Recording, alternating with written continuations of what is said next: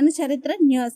సూర్యాపేట నియోజకవర్గం పెన్పహాడ్ మండలం రామచెరువు గ్రామంలో ఎండిపోయిన పంట పొలాలను చెరువును పరిశీలించిన మాజీ మంత్రి సూర్యాపేట ఎమ్మెల్యే జగదీష్ రెడ్డి పరిశీలించారు. ఈ సందర్భంగా మీడియాతో ఎమ్మెల్యే జగదీష్ రెడ్డి మాట్లాడుతూ పాలకుల నిర్లక్ష్యం వల్లనే వ్యవసాయం సంక్షోభంలోకి వెళ్లింది అని, 400 కిలోమీటర్ల మేర కాళేశ్వరం గోదావరి జలాలను పారించి రావి చెరువును గత 4 ఏళ్లుగా నింపాము. కానీ నేడు రావి చెరువు ఎండిపోయింది. పాలకుల నిర్లక్ష్యం వల్లనే గోదావరి జలాలు సముద్రం పాలయ్యాయి. కాంగ్రెస్ ప్రభుత్వం వచ్చిన తర్వాత కాళేశ్వరం ఎస్ఆర్ఎస్వి ఆయకట్టు ఎడారిలా మారింది. ఎక్కడ కేసీఆర్ గారికి పేరు వస్తుందో అని అక్కసుతో కాంగ్రెస్ నేతలు కాళేశ్వరం ప్రాజెక్టుని నిష్ప్రయోజనం చేశారు అని ఆయన ఆవేదన వ్యక్తం చేశారు. ఈ రోజు వరకు కూడా గోదావరిలో 5,000 క్యూసెక్ల నీరు ప్రవహిస్తుంది అని, ఆయన నీటిని ఎత్తుపోసి కష్టకాలంలో ఉన్న రైతులకు ఇవ్వాలన్న కనీస సోయి కాంగ్రెస్ ప్రభుత్వానికి లేదు ఆయన విమర్శించారు. ముఖ్యంగా ఎస్ఆర్ఎస్వి ఫేజ్ 2 కింద నీళ్లు ఇస్తాం, పంటలు సాగు చేసుకోమని చెప్పి మరి రైతులను మోసం చేసింది కాంగ్రెస్ పార్టీ అని, నేడు ఏ గ్రామానికి వెళ్లినా ఎండిన పంటలతో రైతులు బోరున వినిపిస్తున్నారు.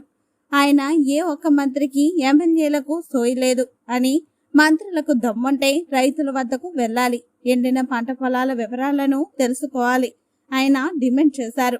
ప్రకృతి తెచ్చిన కరువు కంటే కూడా పాలకుల నిర్లక్ష్యం, అవగాహన రాహిత్యం వల్లనే ఎక్కడికి అక్కడ పంటలు ఎండిపోయాయి.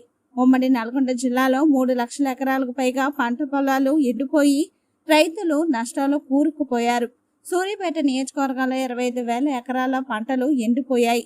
కేసీఆర్ మీద కోపంతో రైతులకు శిక్ష వేశారు కాంగ్రెస్ పార్టీ వాళ్ళు. రైతు వ్యతిరేక ప్రభుత్వం ఈ కాంగ్రెస్ ప్రభుత్వం. రుణమాఫీ చేయకపోవడంతో అప్పులు పుట్టక ప్రైవేట్ వడ్డీ వ్యాపారుల వద్దకు వెళ్తున్నారు రైతులు. మళ్లీ 2014 కంటే ముందు పరిస్థితులు వచ్చాయని, గ్రామంలో కరువు తాండవిస్తుంది. ఇంత జరుగుతున్నా ప్రభుత్వం దున్నపోతుపై వానపడ్డ చందంగా వ్యవహరిస్తోంది. మొన్నటి దాకా మత్తడి దుంకే రావి చెరువు ఎండిపోయింది. ఈ చుట్టుపక్కల గ్రామాల్లో కూడా ఎక్కడికక్కడ భూగర్భ జలాలు అడిగంటిపోయాయి. సూర్యాపేట జిల్లా అంతటా కరువు అలుముకున్నది అని ఆయన ఆవేదన వ్యక్తం చేశారు. ప్రభుత్వాన్ని డిమాండ్ చేస్తున్నా, ఇది మీ తప్పు వల్లనే రైతులు దెబ్బతిన్నారు, రైతులు నష్టపోయినారు. కాబట్టి మరి వెంటనే రైతాంగానికి ఎకరానికి ఒక 25,000 రూపాయలు ప్రభుత్వం నష్టపరిహారం చెల్లించాలి. ఎందుకంటే ప్రకృతి వల్ల వచ్చిందైతే మేము కూడా ఏమి డిమాండ్ చేయం, మేము కూడా బాధ్యత కలిగిన పార్టీగా ఉన్న వాళ్ళం, ప్రభుత్వం నడిపిన వాళ్ళం. కానీ మీ ప్రభుత్వం యొక్క నిర్లక్ష్యం వల్ల, మీ ప్రభుత్వం యొక్క మాట హామీ వల్ల, మీరు నీళ్ళు ఇస్తాము పెట్టుకోండి అని చెప్పిన మాట వల్ల రైతులు మిమ్మల్ని నమ్మి పెట్టుబడి పెట్టి తీసుకొచ్చి ఇవాళ ఆ పెట్టుబడికి బాధ్యులు మీరే. రైతుకు జరుగుతున్న ప్రతి నష్టానికి, ఎండిపోయిన ప్రతి గింజకు బాధ్యత ప్రభుత్వానిదే తప్ప రైతులతో ప్రకృతితో కాదు. అందుకని ప్రభుత్వం మేల్కోవాలి. ఇప్పటి వరకు కూడా గత 10 రోజులుగా మేము క్షేత్రంలో తిరుగుతున్నాం, ఎండిపోయిన పొలాలను సందర్శిస్తూ ఉన్నాం. అంతకుముందు నెల రోజులు మీకే విజ్ఞప్తులు చేసారు రైతులు, మీ ఎమ్మెల్యేలకు మంత్రులకే విజ్ఞప్తి చేసిండ్రు, నీళ్ళు ఇవ్వండి అని చెప్పి అడిగినారు. మీకు దున్నపోతు మీద వాన పడ్డట్టుంది, మీకు కదలిక లేదు, తప్పని పరిస్థితులలో ప్రతిపక్షంగా మమ్మల్ని మాట్లాడమని చెప్పి అప్రోచ్ అయిన రైతు ప్రతి ఊరి నుంచి పిలుస్తున్నారు, సార్ రండి మా ఊరు చూద్దురు రండి, మా ఊరు పొలాలు చూద్దురు రండి అని.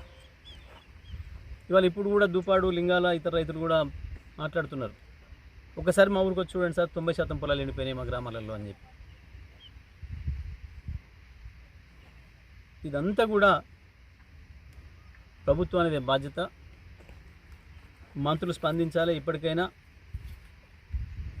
అక్కర్లేని విషయాల మీద గంట పత్రికా సమావేశాలు పెట్టి ఎగిరే మంత్రులు ఏమైనా ఇప్పుడు ఎందుకు దాచుకున్నారో, ఎక్కడ దాచుకున్నారో చెప్పాలి. ప్రజలు అడుగుతున్నారు. రోజులుగా మంత్రులు కనబడతలేదు, తప్పించుకోపోయారు నల్గొండ జిల్లా మంత్రులు.